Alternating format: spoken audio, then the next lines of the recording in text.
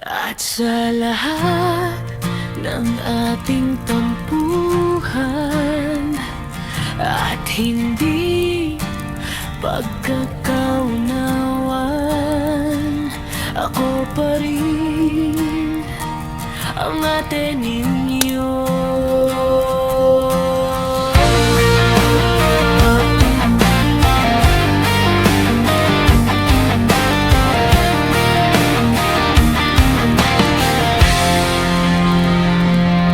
Kahit gaano pa kaingay ang sigaw, kasakit ang mga salitang naibato natin sa isa't isa, hindi ko kailanman tatalikuran ang papel ko bilang ate. Hindi man perpekto ang mga salita ko, lagi pa rin nandun ang hangaring nagabayan kayo. Kahit may tampo, kahit may galit,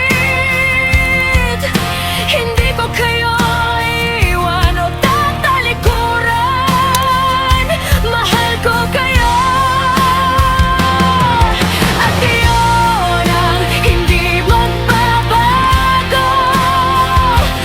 Nasa punto na ako ng aking buhay na kung hindi ka, wag na lang. Hindi dahil sarado na ang puso ko, kundi dahil puno na ito. Ikaw na ang laman.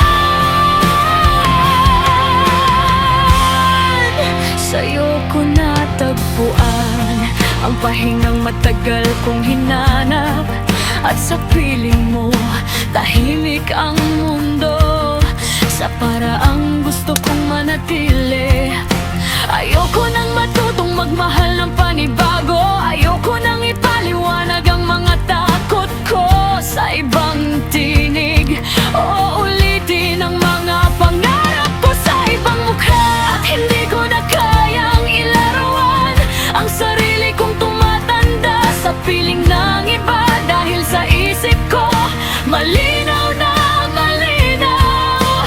Ikaw na ang kasama ko hanggang dulo. Ngayong Pasko, kapag binigyan ka ng regalo, salamat ang tanang sagot. Hindi sana pinira mo na lang, dahil regalo yan na may kasamang pagsisikap, oras at pagmamahal. Maliit man o simple lang regalo, ang mahalaga ay may naglaan ng oras at puso para pasayahin ka ngayong Pasko.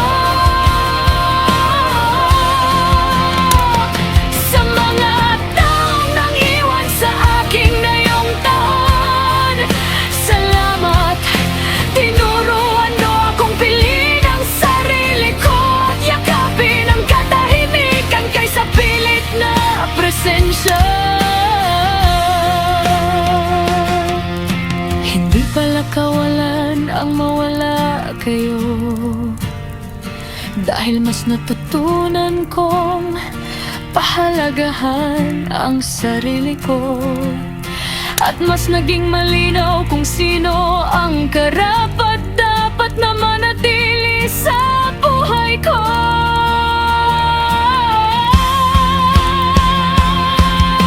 Mas masaya pa rin sana ang Pasko at bagong taon kung buhay pa si Lola. Mas puno ng tawanan ang sala, mas may kulay ang bawat kwento, at mas magaan ang pakiramdam ng bawat isa.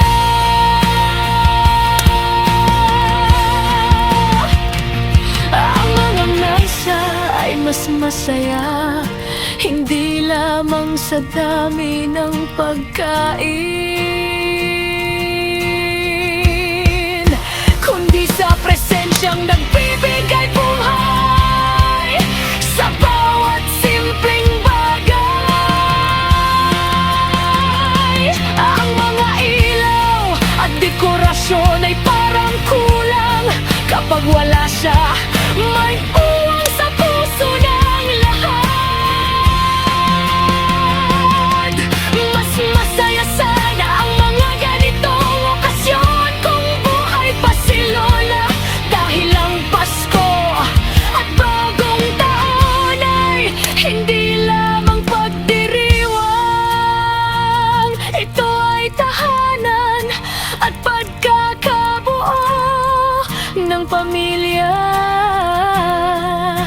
sa pinakamasayang